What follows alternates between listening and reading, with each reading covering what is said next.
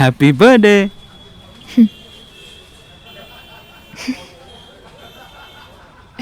Thanks. Welcome.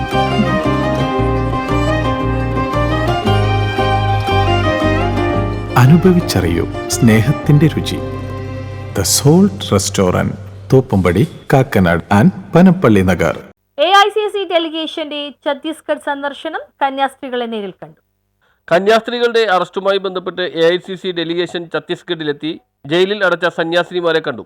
MP-മാരായ Benny Behanan, NK Premachandran, Francis George, Sapthagiri, AICC secretary Angamaly MLA-യുമായ Roji M. John തുടങ്ങിയവരാണ് സംഘത്തിലുണ്ടായിരുന്നത്. സിസ്റ്റേഴ്സിനെ സംബന്ധിച്ച് നേരത്തെ ശ്രീ ബെന്നി ബെഹനാൻ വളരെ കൃത്യമായി പറഞ്ഞു.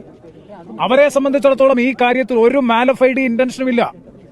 അവരെ 2 കോൺവെന്റുകളിൽ 2 മഠങ്ങളിൽ താമസിക്കുന്ന 2 സിസ്റ്റേഴ്സാണ്. എന്തുകൊണ്ട് ഈ 3 കുട്ടികളെ ജോലിക്കായി അവർ നിയോഗിക്കാൻ അല്ലെങ്കിൽ കണ്ടെത്തിയെന്ന് ചോദിച്ചാൽ, ആ കൂട്ടത്തിലുള്ള അവരോടൊപ്പം ജോലി ചെയ്തിരുന്ന ഒരു പെൺകുട്ടി, ആ പെൺകുട്ടിയുടെ നാട്ടിലുള്ളവരാണ് ഈ 3 കുട്ടികളും. ആ പെൺകുട്ടിയുടെ സഹോദരൻ മുഖാന്തരം ഇവർ ആവശ്യപ്പെട്ടു 3 കോൺവെന്റുകളിലേക്കാണ്.